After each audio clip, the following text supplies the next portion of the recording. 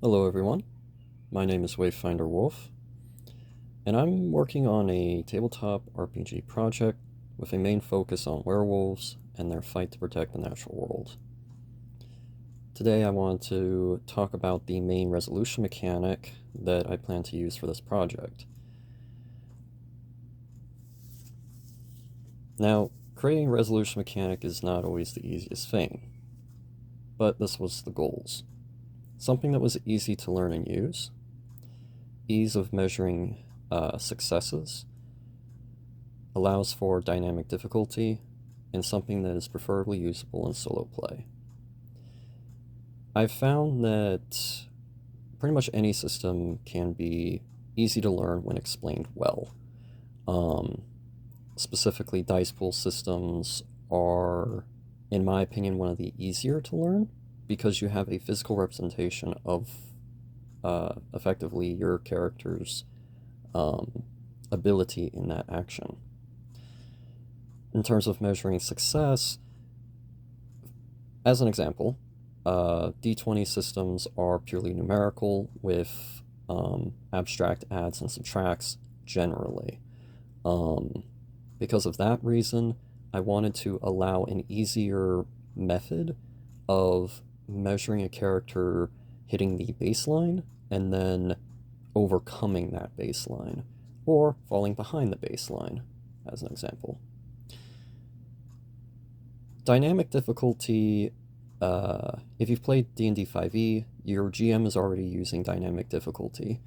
DCs or difficulty class range from numbers anywhere between 5 to 25 to 30 even, and different systems have different methods of measuring that form of dynamic difficulty. However, in systems like Power of the Apocalypse, their difficulty is flat. It is solid, and it's kind of hard for a game master to represent a numerically mechanical challenge for their players. And solo play. I have played quite a bit of Ironsworn. Admittedly, if it was not for Ironsworn, I don't think I would be in the hobby as much as I am today.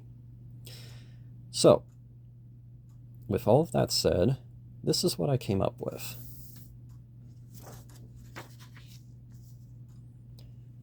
Yeah, it's a lot of words, but don't worry, it makes sense. The system works like this. The actor rolls with a base of 2d6. The actor adds any bonuses as additional d6s to the roll. The actor rolls their pool of d6s, counting 5s and 6s as successes. If you're unable to attain a success, that is considered a failure. Your character just outright fails and has to suffer the consequences of their actions. A single success is considered a partial success. Again, if you have experience in Power of the Apocalypse systems like Dungeon World, Ironsworn, or Blades in the Dark, you are probably very familiar with this concept already. A partial success represents success at a cost. Either your action was not as effective as you wanted it to be, or your action led to a new consequence or effectively opportunity, is kind of how I look at it. 2 successes is a full success. You succeed without cost or consequence. It can be really helpful. Basically your attack struck true. The character was able to pick the lock. Those sorts of examples in terms of standard fantasy.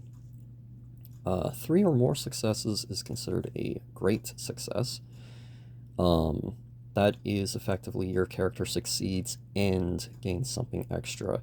The attack hits and deals extra damage, or does something else in that regard. Now, all of this by itself is great. For most systems and most avenues, this is great. However, The one problem that this has is it does not allow for a dynamic difficulty. So, how did I resolve that issue? The GM can invoke a difficulty dice, where 1s and 2s subtract from the actor's total. That total being their successes. So, for example, let's say I'm playing a character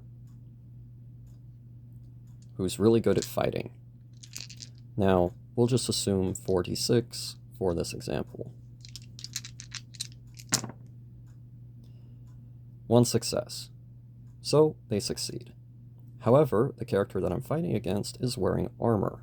This armor is effectively, effective against my attack. So, I can roll the Game Master can roll 1d6, which is represented as a difficulty dice.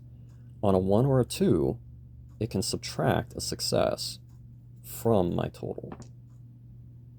And thankfully, because it's a 5, I still keep my 6, and thus I attain a partial success. And hopefully, fate will favor me with a second example here. 2 successes. Again, assuming for some form of difficulty. And again, no direct failure. Now let's say, though, that something of a particular challenge did come up, and I rolled 2d6 difficulty, and both of them were 1 and a 2, and my pool allowed me for 2 successes. These 2 difficulty dice counter these, and thus my total ends up being represented as 0. One of the biggest issues that I felt I needed to overcome with my system was the concept of hard difficulty. In most dice pools, difficulty in the dynamic sense is represented as what counts as success. So for instance, in the current system, 6 and 5 allows me to gain a success. However, a game master could say, well, this task isn't particularly challenging, so only 6s count. This works perfectly fine. However, for my purposes, I found that it didn't, because it was a hard rule.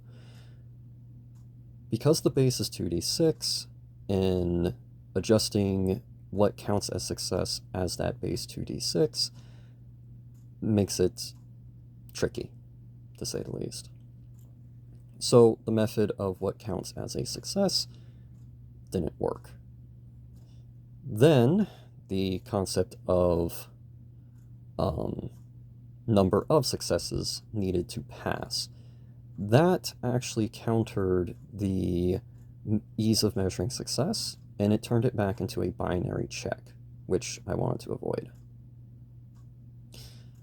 Now, for those wondering, 2d6 is effective at completing a partial success and even a full success.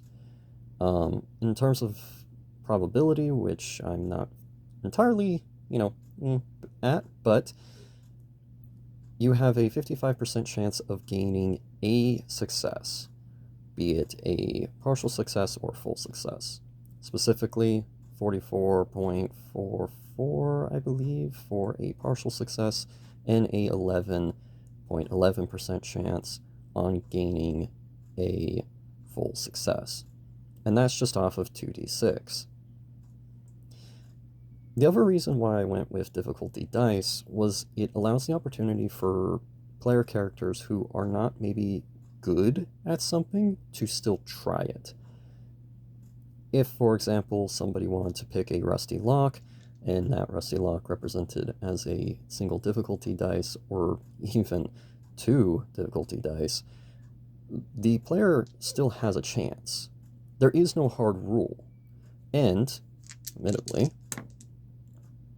1 success, 1 fail, so the action therefore fails. But there are times when this does not happen. And because we are contesting soft probability and not inherently a hard rule, the hope was and is that this will perform quite well. And in my personal testing, this is actually quite fun. And having a dice mechanic system that is inherently fun complements well with the usable and solo play goal that I was going for. So I guess the question is what all can you do with a concept like this?